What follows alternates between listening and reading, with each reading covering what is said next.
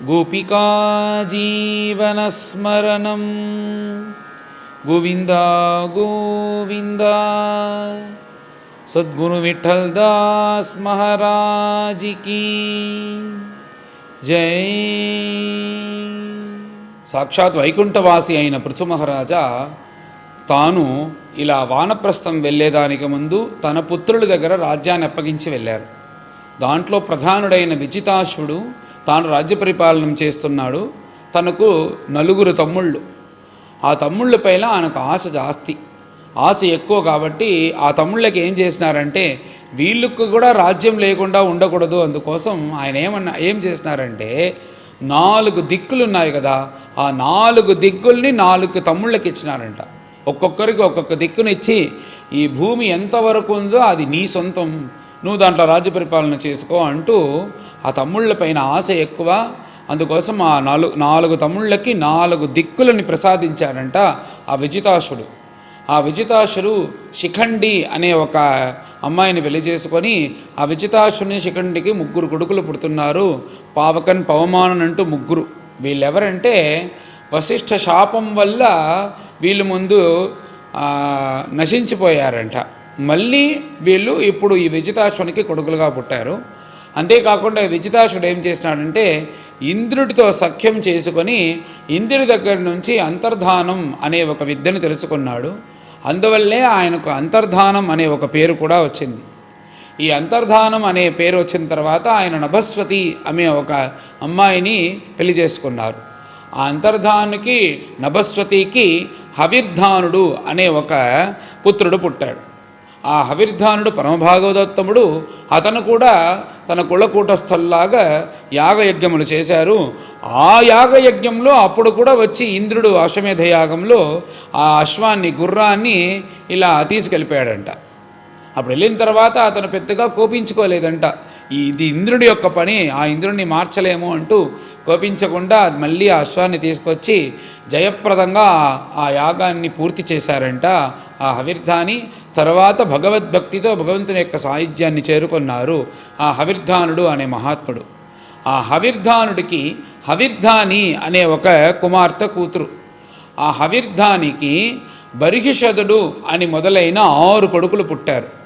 ఆ బర్హిషదుడు దాంట్లో ప్రధానమైన బర్హిషదుడు అతను ఎవరంటే అతనికి ప్రాచీన బర్హిస్సు అనే ఒక కారణ పేరు.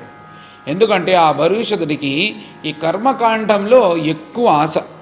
ఆ కర్మకాండంలో ఎక్కువ ఆశ ఉన్నందువల్ల ఆయన ఏం చేస్తాడంటే ప్రాచీ దిక్కున తూర్పు దిక్కున ఆ దర్భమును ఇలా పెట్టి యాగం చేస్తూ ఉన్నాడంట. ఈ భూమి మొత్తం సంచారం చేస్తూ అతనికి యాగయజ్ఞములు చేసే దాంట్లో ఆశ ఎక్కువ. అలా పరమ పవిత్రుడైన ఇలా యాగయజ్ఞం చేస్తూ ఉండేందువల్ల అతనికి ప్రాచీన బర్హిస్ అనే కారణ పేరు బర్హిషదుడికి. ఆ పరమ పవిత్రుడైన ఆ ప్రాచీన బర్హిస్ని ఆ సముద్రుడి యొక్క కుమార్తె అయిన శతధృతి వివాహం చేసుకోవాలని చుట్టూ వస్తుందంట ఆ ప్రాచీన బర్హిస్ని. ఎందుకంటే ఆ ప్రాచీన బర్హిస్ ధర్మాతుడని తెలుసు. ఆ శతధృతిని అగ్ని కూడా వివాహం చేసుకోవాలని ఆశపడ్డాడంట. అంత రూపవతి, అంత గుణవతి. కానీ ఆ శతధృతికి ఈ ప్రాచీన బర్హిస్ని వివాహం చేసుకోవాలని ఆశ. ఇలా తను ఆశపడి ప్రాచీన బర్హిస్ని ఇలా వివాహం చేసుకునింది ఆ శతధృతి. ఆ పరమ పుణ్యాత్ముడైన ఆ ప్రాచీన బర్హిస్కి శతధృతికి ప్రచేతస్సులు అనే 10 కొడుకులు పుట్టారు. వీళ్ళందరికీ ప్రచేతస్సు అనే పేరు. ఇప్పుడు మనము ధ్రువచరిత్రం అయిన తర్వాత ఆ ధ్రువచరిత్రాన్ని ప్రచేతస్సుల యొక్క రాజ్య పరిపాలనలో చెప్పారు నారదుడు అని కదా. దాంట్లోనే కదా విదురులు ప్రశ్నించారు ఆ 14వ అధ్యాయంలో. ఆ ప్రచేతస్సులు వీళ్ళే. ఈ ప్రచేతస్సులకి ఏమైందంటే వీళ్ళు పుట్టిన తర్వాత తన తండ్రి మీరు జగత్ సృష్టిని ప్రారంభించండి అని చెప్పిన వెంటనే ఈ ప్రచేతస్సులు కూడా ఆ కాలంలో తపస్సు చేసి కదా జగత్ సృష్టి అనేది చేస్తారు. అందుకోసం వీళ్ళు కూడా తపస్సు చేసేదానికి బయలుదేరారు. అలా తపస్సు చేయాలని బయలుదేరి ఒక సముద్ర ఒడ్డున ఇలా చేరుకున్నారు. ఆ సముద్ర ఒడ్డున ఎవరు మనకు ఉపదేశిస్తారు, పైన మనం ఏం చేయాలి అని ఆలోచిస్తూ ఉండేటప్పుడు సాక్షాత్ కైలాసవాసి అయిన పరమేశ్వరుడే వాళ్ళు ముందు వచ్చి ఉపదేశించారు. తర్వాత భగవద్ధ్యానం చేశారు అని చెప్పిన వెంటనే పరమేశ్వరుడే వచ్చాడా అంటూ విదురులకి ఆశ్చర్యం. ఆ పరమేశ్వరుడు ఎందుకు అక్కడికి వచ్చారు, వాళ్ళకి ఏమి ఉపదేశం చేశారు అనేది మీరు చెప్పినారంటే మేము వింటాము, అందరూ విని అందరూ క్షేమకరంగా అందరికీ క్షేమం కలుగుతుంది కదా అంటూ విదురులు ఆ పరమేశ్వరుడు ఉపదేశించిన విషయాన్ని ప్రార్థించిన వెంటనే పైన మైత్రేయులు ఆ కథని ప్రారంభించారు. ఇలా ప్రచేతస్సులు భగవద్ధ్యానం చేసి భగవత్ సాక్షాత్కారం అయిన తర్వాత వారు జగత్ సృష్టి చేయాలి అనే ఆశతో ఇలా వస్తూ ఉండేటప్పుడు ఒక అందమైన సముద్ర తీరం, ఆ సముద్ర తీరం అంతా వర్ణించి ఆ సముద్ర తీరంలో ఏం చేయాలి, భగవద్ధ్యానం చేయాలి, పైన ఎవరైనా ఏదైనా మనకు ఉపదేశం చేసి చెప్పిస్తే బాగుంటుందే అని అనుకునే ఉండేటప్పుడు అక్కడ ఆశ్చర్యం, అక్కడ ఆవిర్భావమయ్యారంట పరమేశ్వరుడు. సాక్షాత్ కైలాసవాసి అయిన పరమేశ్వరుడు తాను స్వయానా వచ్చి ఇలా నిలబడుకున్న వెంటనే ప్రచేతస్సులందరూ నమస్కారం చేసి ఆ పరమేశ్వరుని చూసి మాకు అనుగ్రహం చేసేదానికి మీరు వచ్చారే అంటూ ఆ ప్రచేతస్సులు నమస్కరించి పైన పరమేశ్వరుడి దగ్గర మాట్లాడేదానికి ప్రారంభించారు. వెంటనే పరమేశ్వరుడు మీరు దేనికోసం వచ్చారో మీకు ఉపదేశం చేసేదానికే నేను వచ్చాను, అందుచేత ఆ భగవంతుడే వీటన్నిటికీ కారణం, ఆ ఉత్తమ తత్వమైన ఆ మహావిష్ణు గురించి నేను చెప్తాను, అతని గురించి ఆ ఉపదేశమంతా చేసిన తర్వాత మీరు ధ్యానం చేసినారంటే మీకు తప్పకుండా సాక్షాత్కారం దొరుకుతుంది అంటూ ప్రచేతస్సుల దగ్గర పరమేశ్వరుడు ఉన్నారంట. ఆ పరమేశ్వరుడు చూడండి ఎంత గొప్ప మనిషి, ఎంత గొప్ప మనసు. తనకు సమానంగా ఉండే మహావిష్ణుని తన నాచురులాగా చెప్పి వీళ్ళకి ఉపదేశం చేసేదానికి ప్రారంభించారంట పరమేశ్వరుడు. పైన ఆయన చెప్పే రుద్రగీతం, ఆ రుద్రగీతంలో మొదటి ప్రార్థన ఏమిటంటే ప్రభు మీరే ఈ జగత్తుని సృష్టి చేసి జగత్తుని రక్షించి జగత్తుని సంహరిస్తున్నారు, ఈ ప్రపంచానికి మంగళాన్ని ఇచ్చే మీరు పైన నేను చెప్పే రుద్రగీతాన్ని కూడా మీరు శ్రావించి మీ యొక్క అనుగ్రహంతో నేను మీకు రుద్రగీతం అనేది చెప్తాను అంటూ నమస్కరించి ఆ మహావిష్ణువు భగవంతుని నమస్కరించి పైన ఆయన యొక్క రూపం తత్వములన్నీ వర్ణించేదానికి ప్రారంభించారు. ఈ రుద్రగీతం అనేది ఎలా ఉంటుందంటే భగవంతుని నామంతో పాటు మొదట ఆయన ఏమన్నారంటే ఒక అర్చనలాగా ఒక మంత్రంలాగా చెప్పించారు. నమః పరమాయ పరమహంసాయ ప్రద్యుమ్నాయ అనిరుద్ధాయ అంటూ ఇలా నామంతో పాటు నమః అంటూ చేరి ఓం అని చేరితే అది ఒక మంత్రంగా మారుతుంది. అలాగా ఆ మంత్రంగా, ఎందుకంటే వీళ్ళు వెనకాల ధ్యానం చేసేటప్పుడు దీన్ని జపిస్తూ ధ్యానం చేయాలి, ఆ భగవద్ధ్యానం భగవద్ రూపంని ఇలా ధ్యానం చేయాలి అంటూ మొదట ఆ భగవంతుని యొక్క అనాది అయిన నామంతో పాటు ఈ మంత్రాన్ని ఉపదేశించారు. ఇక్కడ ఏమిటంటే రెండు విషయాలు. నామం అనేది సాధారణంగా రామ కృష్ణ అనే కేశవ మాధవ అనే నామం.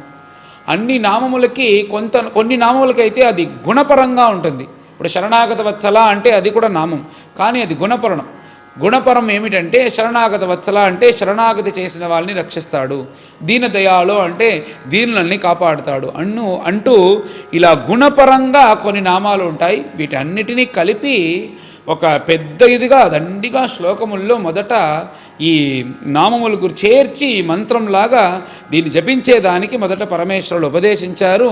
అంత గొప్ప ఉపదేశం, దీన్ని మీరు ధ్యానం చేసేటప్పుడు చెప్పాలి అంటూ ఇలా ఉపదేశిస్తూ వస్తున్నారు పరమేశ్వరుడు. ఇన్ని మంత్రములన్నీ చెప్పి పైన వాళ్ళ దగ్గర పరమేశ్వరుడు అలాంటి భగవద్ రూపాన్ని మీరు ధ్యానం చేయాలి ఈ మంత్రములతో పాటు. ఆ భగవద్ రూపాన్ని మనం ధ్యానం చేస్తే మనకేమవుతుందంటే మన మనస్సులో ఉండే పాపాలు, మన మనస్సులో ఉండే కల్మషం, మన మనసులో ఉండే కష్టాలు, అంధకారం అన్నీ వెలిగిపోతాయి. ఆ స్వరూపానికి అంత మహిమ, ఆ భగవత్ స్వరూపం ఎలా ఉంటుంది అని నేను నీకు వివరిస్తాను అంటూ పరమేశ్వరుడు తన యొక్క వాక్కుతో భగవత్ స్వరూపం ఎలా ఉంటుంది అని ఆపాద కేశాంత పర్యంతం ఇలా విస్తారంగా వర్ణించారంట. భగవంతుని యొక్క చరణారవిందం, ఆ చరణారవిందంలో యవరేఖ శంఖరేఖ ధ్వజరేఖ తామర రేఖ అంటూ మంగళ రేఖాంకితమైన చరణారవిందం, దాంట్లో అందమైన వేళ్ళు, దాంట్లో అందమైన గోర్లు, ఆ గోర్ల నుంచి వచ్చే ప్రకాశం అనేది ఈ ప్రపంచంలో ఉండే అందరి యొక్క అంధకారం పాపములన్నీ తొలగి అది ఇలా నాశనం చేస్తుందంట. ఆ భగవంతుని యొక్క గోరు నుంచి వచ్చే ఆ ప్రకాశం అనేది అలాగ కొంచెం పైకి వచ్చినామంటే భగవంతుని యొక్క కాళ్ళు, ఆ కాళ్ళలో అందమైన గొలుసు, అలాగే కొంచెం పైనకు వచ్చినామంటే భగవంతుని యొక్క అందమైన మోకాళ్ళు, ఇంకా కొంచెం పైకి వచ్చినామంటే భగవంతుని యొక్క అందమైన నడుము, ఆ నడుములో ఆ పీతాంబరం ఉందంట. భగవంతుని యొక్క శరీరం నీలమేఘ శరీరం. నీలమేఘ శరీరం అంటే మనకు బాగా వాన పడేదానికి ముందు నల్లగా ఒక మేఘం అనేది వస్తుంది కదా, ఆ రంగుతో ఉంటుందంట భగవంతుని యొక్క శరీరం. అలాగ నీలమేఘ శరీరం, తర్వాత దాంట్లో ఒక మెరుపులాగా భగవంతుని యొక్క వస్త్రం, అతని యొక్క పీతాంబరం, అతని యొక్క ఉన్నతమైన పీతాంబరం. అట్లాగా పీతాంబరం నడుములో ఉంది. ఆ నడుము ఉందా లేదా అని తెలియదంట, అంత చిన్న నడుము. అలాగే కొంచెం పైకి వచ్చినామంటే భగవంతుని యొక్క నాభి, ఆ నాభిపై అలాగే కొంచెం పైకి వచ్చినామంటే భగవంతుని యొక్క అందమైన కడుపు ఉదరం. తర్వాత ఇంకా పైకి వచ్చినామంటే విస్తారమైన వక్షస్థలం, భగవంతుని యొక్క చతుర్భుజం, శంఖం చక్ర గద పద్మం అంటూ 4 విషయాలు చతుర్భుజంలో పెట్టుకుని భగవంతుని అనుగ్రహం చేస్తున్నారు. తర్వాత భగవంతుని యొక్క మెడలో మాల, తర్వాత భగవంతుని యొక్క మెడ, కొంచెం అలా పైకి వచ్చినామంటే భగవంతుని యొక్క గడ్డం, అలాగే కొంచెం పైకి వచ్చినానంటే భగవంతుని యొక్క పెదవులు.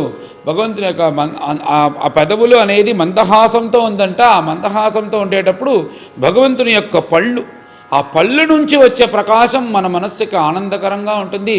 తర్వాత భగవంతుని యొక్క అందమైన ముక్కు, భగవంతుని యొక్క అందమైన కళ్ళు, భగవంతుని యొక్క అందమైన భ్రువము, భగవంతుని యొక్క అందమైన లలాటము, ఆ లలాటంలో భగవంతుని యొక్క అందమైన కస్తూరి తిలకము, తర్వాత భగవంతుని యొక్క అందమైన చెవులు, ఆ చెవులపైన భగవంతుని యొక్క మకర కుండలము, అలాగే మనం పైకి వెళ్ళినామంటే భగవంతుని యొక్క అందమైన కిరీటము. ఇలాంటి భగవద్ రూపాన్ని మనం అనవరతము ధ్యానం చేయాలి. దీన్ని కానీ ధ్యానం చేసినామంటే మనసులో ఉండే అంధకారములు పోతాయి.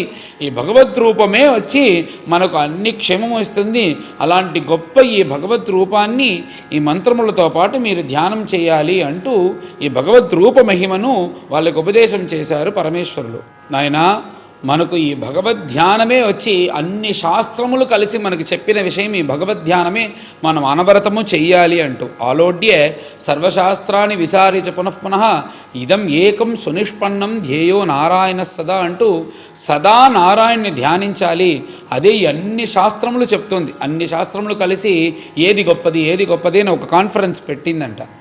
ఆవిడ అన్నీ కూర్చొని ఇలా మాట్లాడుకునేటప్పుడు చివరిగా భగవద్ధ్యానం, భగవత్ స్మరణ, భగవద్ధ్యానం అనేదే గొప్పది.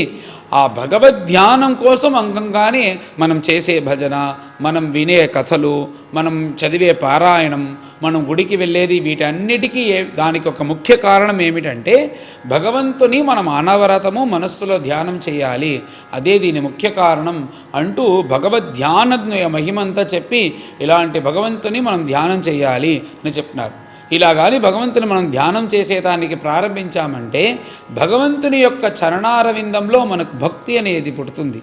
అలాంటి భక్తి కానీ మనకు వచ్చిందంటే భగవంతునికి సేవ చేయాలి, భగవంతుని గురించి స్మరణ, ఇవన్నీ మనకు వచ్చేస్తుంది. మన జన్మ గురించి మనం దిగులు పడక్కర్లేదు అంటూ భగవద్భక్తి, భగవద్ధ్యానం, భగవద్గుణం అంటూ వీటన్నిటి గురించి గొప్పగా చెప్పి ఇలాంటి గొప్ప విషయమంతా నీకు ఎక్కడికి వెళ్తే దొరుకుతుంది అంటే మహాత్ముల యొక్క సంఘంకి వెళ్తేనైనా నీకు దొరుకుతుంది అంటూ మహాత్ముల యొక్క మాహాత్మ్యాన్ని చెప్పేదానికి ప్రారంభించారు పరమేశ్వరుడు. ఇక ఒక అందమైన శ్లోకం, క్షణార్థం నాపితులయ్యే నస్వర్గం నా పునర్భవం భగవత్ సంగి సంగస్య మర్త్యానం కిముతాశిష అంటూ ఏమిటంటే తన యొక్క అభిప్రాయంగా పరమేశ్వరులు చెప్తున్నారు.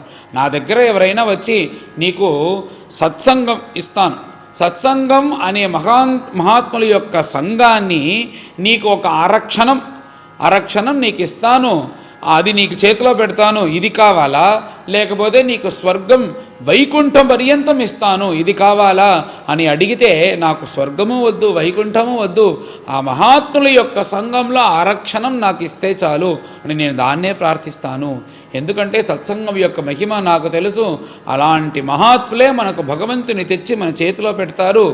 అలాంటి మహాత్ములు ఉండేటప్పుడు మనకు వైకుంఠం దేనికి? ఆ వైకుంఠాన్నే మనకు భగవద్గుణ వర్ణనంతో మనకు తెచ్చి ఇచ్చేటప్పుడు అలాంటి మహాత్ముల యొక్క సంఘాన్ని మనం అనవరతము ప్రార్థించాలి. ఈ ప్రపంచంలో ఎలాగంటే మనం వెళ్ళి ఇప్పుడు మన పాపాలను పోగొట్టుకునేదానికి మనం పుణ్యనదుల్లో అన్నీ వెళ్ళి స్నానం చేస్తున్నాం. అలా వెళ్ళి స్నానం చేసినామంటే గంగాది పుణ్యనదుల్లో స్నానం చేసినామంటే మన శరీరంలో ఉండే మురికన్నీ వెళ్ళిపోతుంది, మన పాపమంతా పోతుంది. కానీ మన మనస్సుకి ఒక మురికి ఉంది కదా, ఆ మురికిని పోగొట్టుకునేదానికి ఏ తీర్థము లేదు. నువ్వు ఎన్ని నదుల్లో కానీ స్నానం చేసినా కానీ ఈ మనస్సుకు ఉండే మురికి ఏమిటంటే కామక్రోధ లోభ మోహ మద మాత్సర్యం అంటూ ఇది ఒక 6 శత్రువులు 6 మురికిలాగా ఉన్నారు కదా. దీన్ని పోగొట్టునే దానికి నువ్వు ఎన్ని నదిలో వెళ్ళి స్నానం చేసినాలు పోదు. కానీ ఇది ఒక్క చోటికి వెళ్తుంది. అదేమిటంటే సాధారణంగా తీర్థం అంటే అదే దానికి తీర్థం పుణ్యనదులకి పేరు. ఎందుకు అంటే మన పాపాలని పోగొడతాయని. అలాగనే మహాత్ముల దగ్గర ఒక తీర్థం ఉందంట. ఏమిటంటే భగవద్గుణం అనే తీర్థం. ఆ తీర్థంతో నువ్వు సాధారణ పుణ్యనదులకంతా నువ్వు వెళ్ళినావంటే శరీరంలో ఉండే మురికి మాత్రమే పోతుంది. కానీ ఈ మహాత్ముల దగ్గరికి వెళ్ళాలంటే వాళ్ళ యొక్క భగవద్గుణం అనే తీర్థంతో మనస్సులో ఉండే మురికిని వాళ్ళు ఇలా వెళ్ళగొడతారు. అలాంటిది గొప్పది మహాత్ముల యొక్క సంఘం. ఆ మహాత్ముల యొక్క సంఘంని నువ్వు అనవరతము ప్రార్థిస్తూ ఇలాగానే ఉన్నావంటే భగవంతుని యొక్క చరణారవిందంలో నీకు భక్తి వస్తుంది. అలాంటి భక్తితో నువ్వు ఉత్తమమైన ధ్యానం చేసి ఈ చెప్పిన విషయాలన్నీ మనసులో పెట్టుకొని ఆ భగవద్ రూపాన్ని నీ మనస్సును ఇలా నీ వశంలో ఉంచుకొని ప్రాణాయామంతో నీ మనస్సుని కట్టుబాటులో పెట్టుకొని నేను చెప్పిన విషయాలన్నీ చెప్పి నువ్వు భగవద్ధ్యానం అనేది చెయ్యాలి. అలాంటి భగవద్భక్తి మహాత్ముల యొక్క మాహాత్మ్యం అంతా చెప్పిన తర్వాత భగవంతుని దగ్గర ప్రార్థించారంట పరమేశ్వరుడు, మీరు ఎంత గొప్ప వ్యక్తి, మీ వలనే జగత్ అనేది సృష్టి అయింది, మీ వలనే జగత్తు రక్షిస్తున్నారు, మీ వల్లే జగత్తుని సంహరిస్తున్నారు. అలాంటి మీరు ఈ ప్రపంచం సృష్టి చేయాలి అని అవ్యక్తాన్ని సృష్టి చేసి, తర్వాత మహత్తుని సృష్టి చేసి, తర్వాత అహంకారాన్ని సృష్టి చేసి, అహంకారాన్ని నుంచి పంచభూతములు పంచతన్మాత్రలు, తర్వాత పంచ జ్ఞానేంద్రియములు పంచకర్మేంద్రియములు వీటన్నిటినీ సృష్టించి ఇవన్నీ చలించేదానికి అంతర్యామిగా మీరు లోపలికి వచ్చి ఇలా ఉంటున్నారు అని భగవంతుడి దగ్గర చెప్పి మళ్ళీ ప్రచేతస్సు దగ్గర చూసి, అలాంటి భగవంతుడు ఈ ప్రపంచంలో ఉండే చరాచరమైన వస్తువులు అన్నిట్లోనూ భగవంతుడే ఉన్నాడు, భగవంతుడు అంతర్యామిగా ఉన్నాడు అని ఇది నేను ఊరికే అనటం లేదు. నిజంగానే భగవంతుడు లోపల వచ్చి కూర్చోన్నాడు అంతర్యామిగా.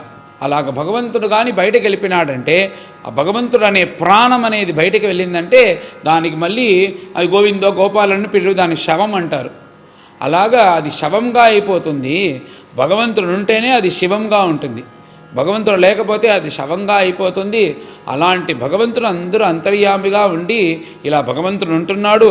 అందుచేత అందరి చోట్లోనూ చరాచరమైన వస్తువులన్నిట్లోనూ భగవంతుడు ఉన్నాడు అనే ధ్యాసతో భగవదర్పణ బుద్ధితో మీరు నేను చెప్పిన విషయాలన్నీ మనసులో పెట్టుకొని ఆ ఉత్తమ భగవత్ స్వరూపాన్ని ధ్యానం చేయాలి అంటూ పరమేశ్వరుడు గొప్ప విషయాన్ని ఆ ప్రచేతస్సులకి ఉపదేశం చేశారు. ఇలాంటి గొప్ప ఉపదేశాన్ని మీరేం చేయాలి అంటే మీరు ఏకాగ్ర చిత్తతో చేయాలి.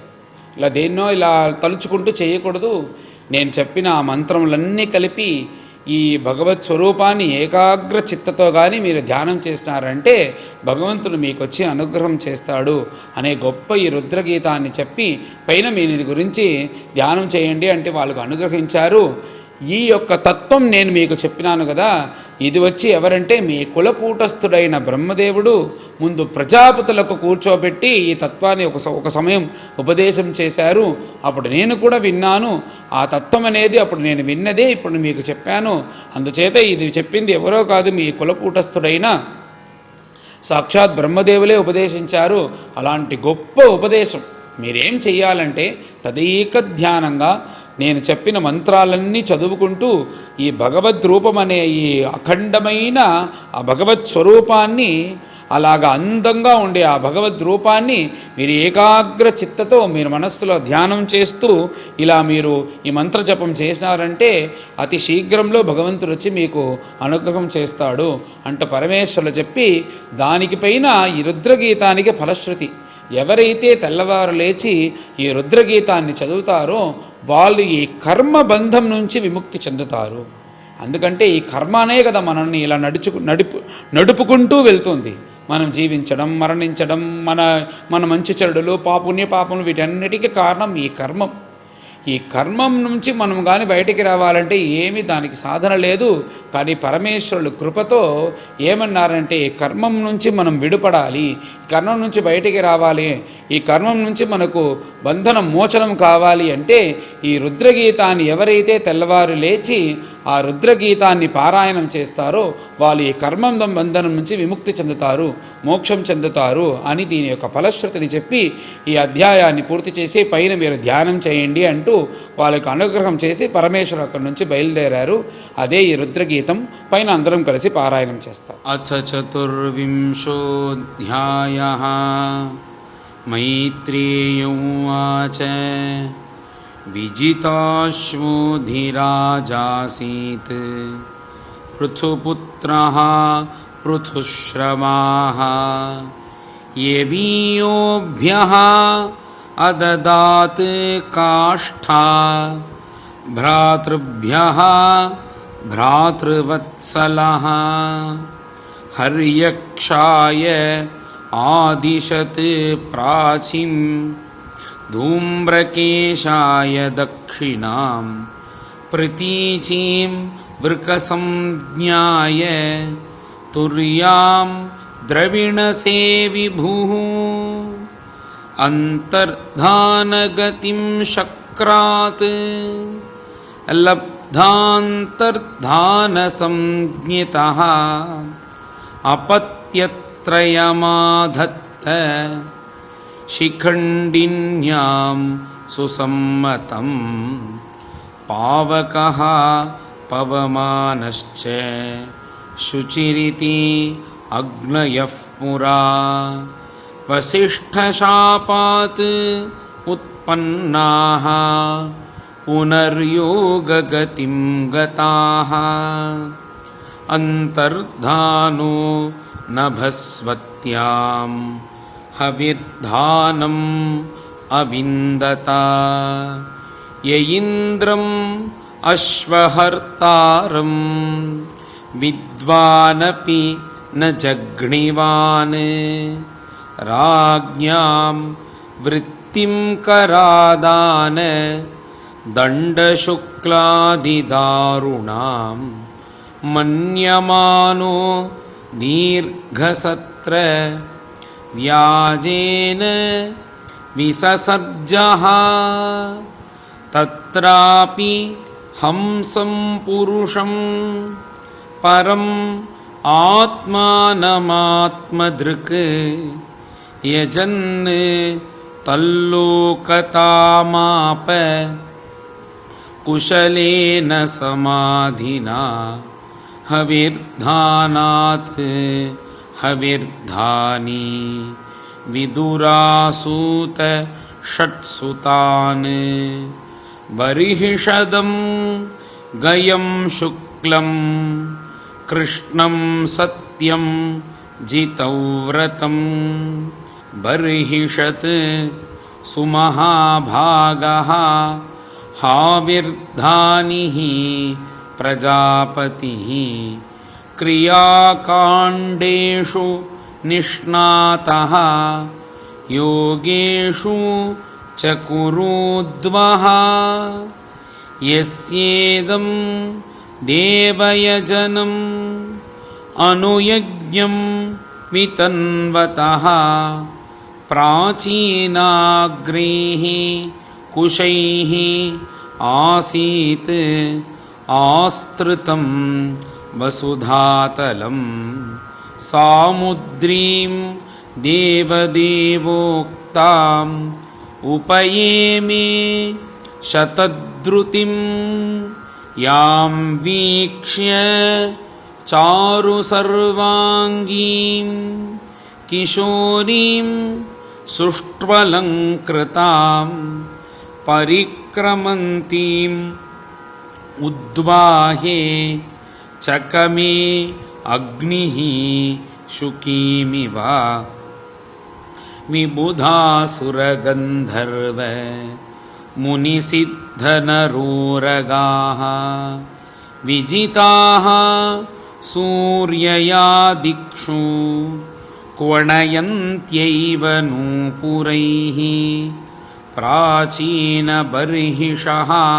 पुत्राः शतद्रुत्यां दशाभवन् तुल्यनामव्रताः सर्वे धर्मस्नाताः प्रचेतसः पित्रादिष्टाः प्रजासर्गे तपसे अर्णवमाविशन् दशवर्षसहस्राणि तपसार्चन् तपस्पतिं यदुक्तं पथि दृष्टेन गिरिशेन प्रसीदता तद्ध्यायन्तः जपन्तश्च पूजयन्तश्च संयताः।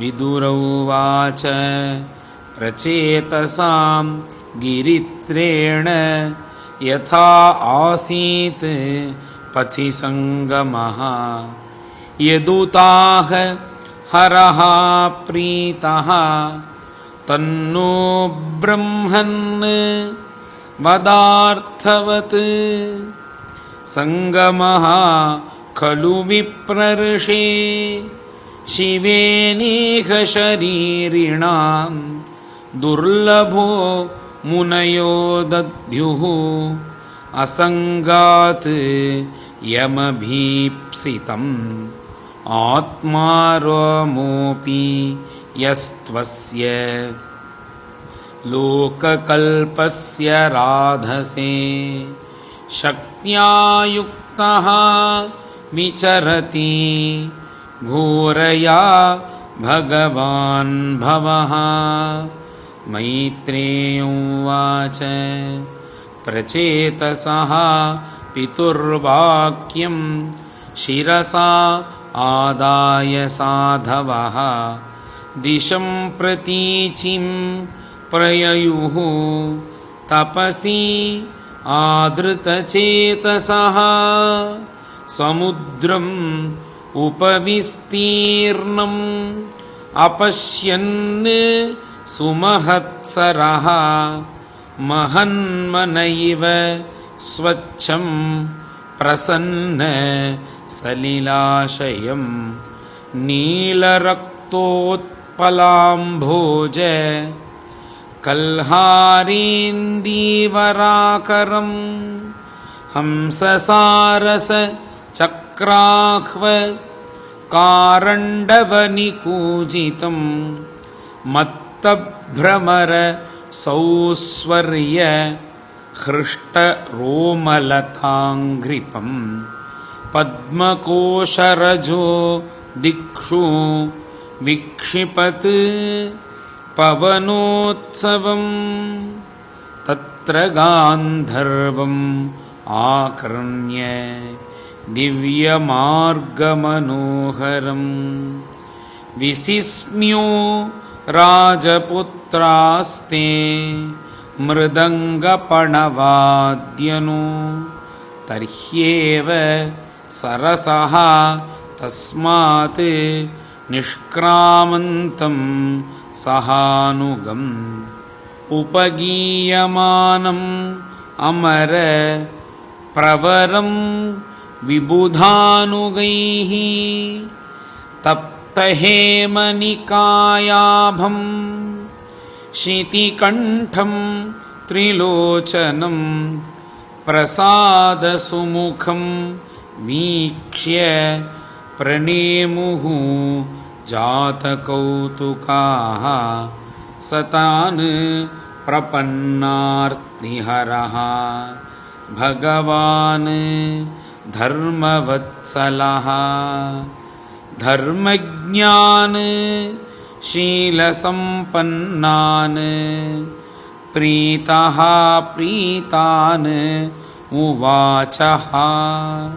श्रीरुद्रोवाच यूयं वेदिषदः पुत्राः विदितं वः चिकीर्षितम् अनुग्रहाय भद्रं वः एवं मे दर्शनं कृतं यः परं रंहसः साक्षात् त्रिगुणात् जीवसंज्ञितात् भगवन्तं वासुदेवं प्रपन्नः सप्रियो हि माम् स्वधर्मनिष्ठः शतजन्मभिः पुमान् विरिञ्चतामेति ततः परं हि माम् अव्याकृतं भागवतोऽथ वैष्णवं पदं यथाहं विबुधाः कलात्यये अथ भागवतायूयं प्रियास्थ भगवान् यथा न मद्भागवतानां च प्रेयान् अन्योस्ति कर्हिचित् इदं विविक्तं जप्तव्यं पवित्रं मङ्गलं परं निःश्रेयसकरं चापि श्रूयतां तद्वदामि वः। मैत्रेय उवाच इत्यनुक्रोशहृदयः भगवान् आह तान् शिवः बद्धाञ्जलीन् राजपुत्रान् नारायणपरो वचः। श्रीरुद्रोवाच जितं त आत्मविद्युर्यः स्वस्तये स्वस्तिरस्तु मे भवता राधसाराद्धं सर्वस्मा आत्मने नमः। नमः पंकजनाभाय भूतसूक्ष्मेन्द्रियात्मने वासुदेवाय शान्ताय कूटस्थाय स्वरोचिषे संकर्षणाय सूक्ष्माय दुरन्ताय अन्तकाय च नमो विश्वप्रबोधाय प्रद्युम्नाय अन्तरात्मने नमो नमो अनिरुद्धाय हृषीकेशेन्द्रियात्मने नमः परमहंसाय पूर्णाय निभृतात्मने स्वर्गापवर्गद्वाराय नित्यं शुचिषदे नमः। नमो हिरण्यवीर्याय चातुर्होत्राय तन्तवे नमवूर्जयिषेत्रय्याः पतये यज्ञरेतसे तृप्तिदाय च जीवानां नमः सर्वरसात्मने सर्वसत्त्वात्मदेहाय विशेषाय स्थवीयसे नमस्त्रैलोक्यपालाय सहवोजोबलाय च अर्थलिङ्गाय नभसे नमोऽन्तर्बहिरात्मने नमः पुण्याय लोकाय अमुष्मै भूरिवर्चसे प्रवृत्ताय निवृत्ताय पितृदेवाय कर्मणे नमो धर्मविपाकाय मृत्यवे दुःखदाय च नमस्त आशिषामीश मनवे कारणात्मने नमो धर्माय बृहते कृष्णाय अकुण्ठमेधसे पुरुषाय पुराणाय सांख्ययोगेश्वराय च शक्तित्रयसमेताय मीढुषे अहङ्कृतात्मने चेत आकूतिरूपाय नमो वाचो विभूतये दर्शनं नो दिदृक्षूणां देहि भागवतार्चितं रूपं प्रियतमं स्वानां सर्वेन्द्रियगुणाञ्जनं स्निग्धप्रावृट् घनश्यामं सर्वसौन्दर्यसङ्ग्रहं चार्वायत चतुर्बाहुं सुजात रुचिराननं पद्मकोशपलासाक्षं सुन्दरभ्रुसुनासिकं सुद्विजं सुकपोलास्यं समकर्णविभूषणं प्रीतिप्रहसितापाङ्गम् अलकैः उपशोभितं लसत्पङ्कजकिञ्जल्क दुकूलं मृष्टकुण्डलं स्फुरत्किरीटवलय हारनूपुरमेखलं शङ्खचक्रगदापद्म मालामणि उत्तमर्धिमत् सिंहस्कन्धत्विषो बिभ्रत् सौभगग्रीवकौस्तुभं श्रिया अनपायिन्याक्षिप्त निकषाश्मोरसोल्लसत् पूररेचक संविघ्न वलिवल्गुदलोदरम् प्रतिसङ्क्रामयद्विश्वं नाभ्या आवर्तगभीरया श्यामश्रोणि अधिरोचिष्णु दुकूल स्वर्णमेखलं समचार्वङ्घ्रिजङ्घोरु निम्नजानु सुदर्शनं पदाशरत्पद्मपलाशरोचिषा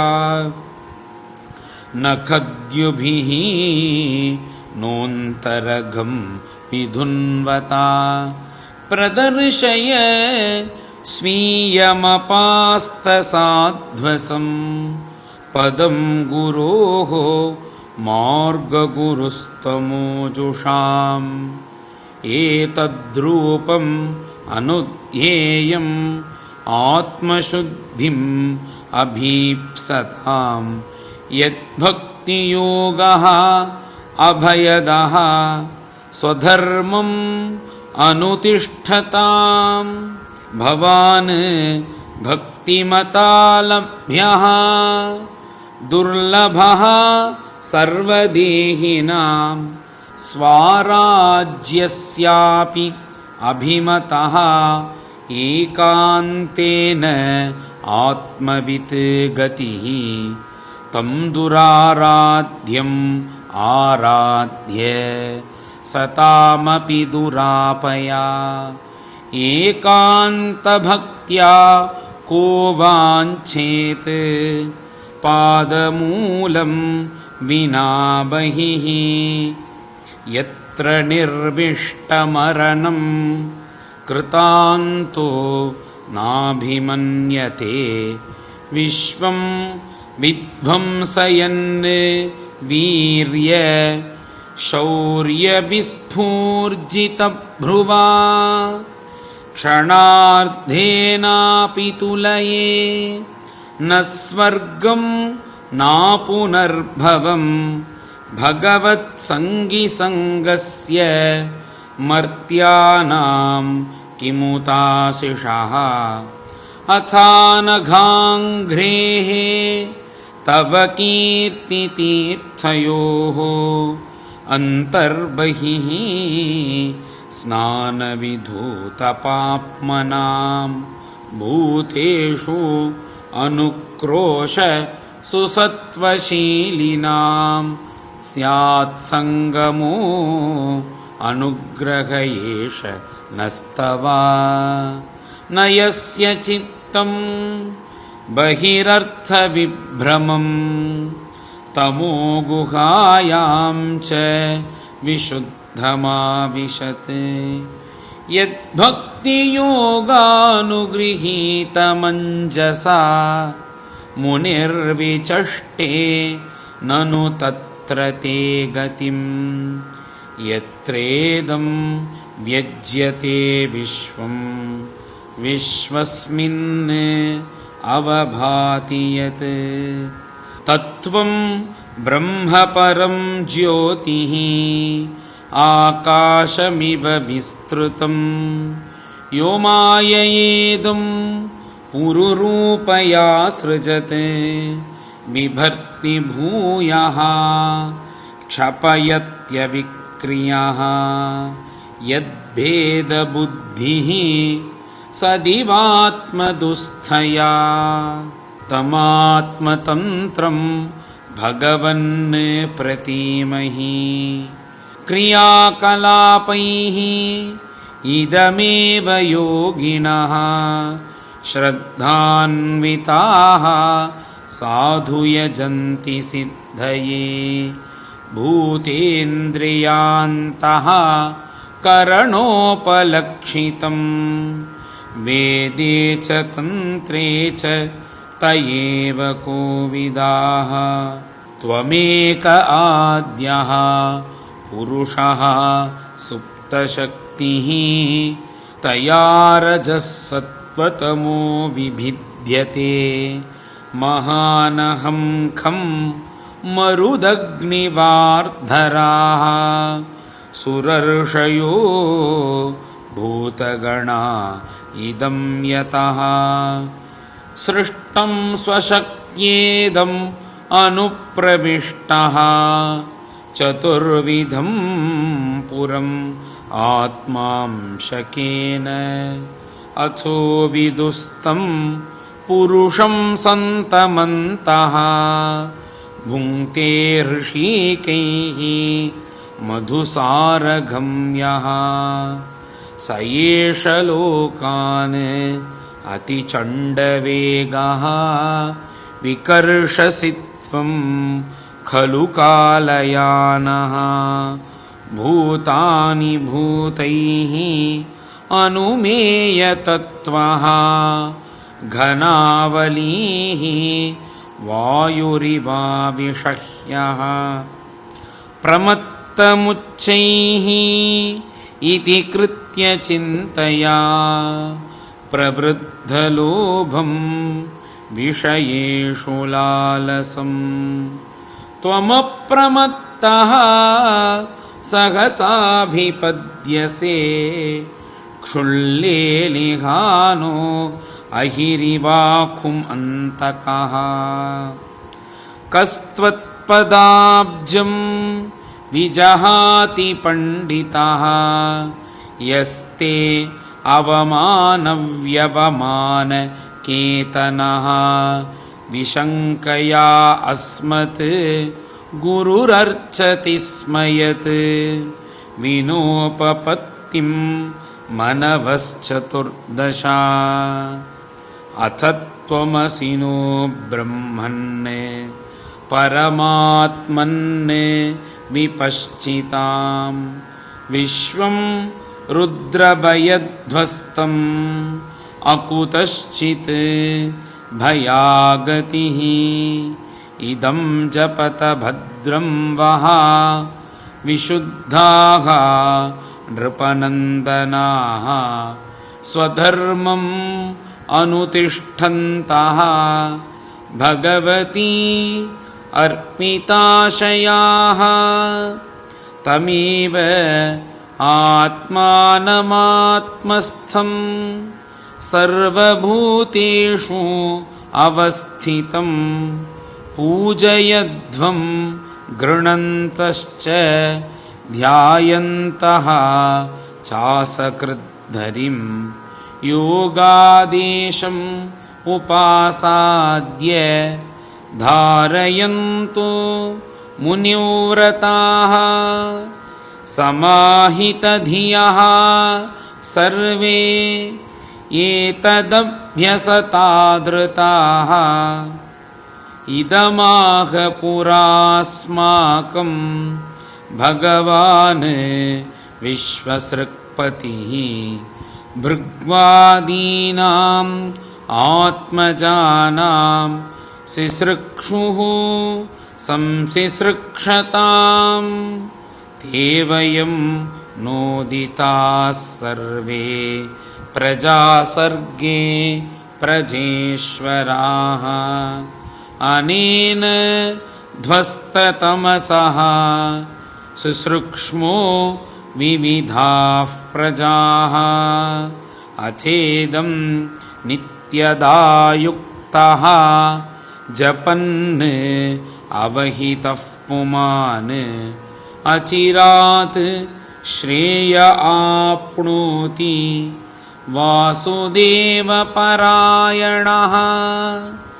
श्रेयसामिह सर्वेषां ज्ञानं निःश्रेयसं परं सुखं तरति दुष्पारं ज्ञाननोर्व्यसनार्णवं य इमं श्रद्धया युक्तः मद्गीतं भगवत्स्तवम् अधीयानो दुराराध्यं हरिमाराधयत्यसौ विन्दते पुरुषो अमुष्मात् यद्यत् इच्छति असत्वरं मद्गीतगीतात् सुप्रीतात् श्रेयसाम् एकवल्लभात् इदं यः कल्यमुत्थाय प्राञ्जलिः श्रद्धयान्वितः शृणुयात् श्रावयेत् मर्त्यः मुच्यते कर्मबन्धनैः गीतं मयेदं नरदेवनन्दनाः परस्य पुंसः परमात्मनस्तवम् जपन्त एकाग्रधियः तपोमहत् चरध्वमन्ते तत आप्स्यथेप्सितम् श्रीहरये नमः। श्रीमद्भागवते महापुराणे चतुर्थस्कन्धे रुद्रगीतं नाम चतुर्विंशोऽध्यायः।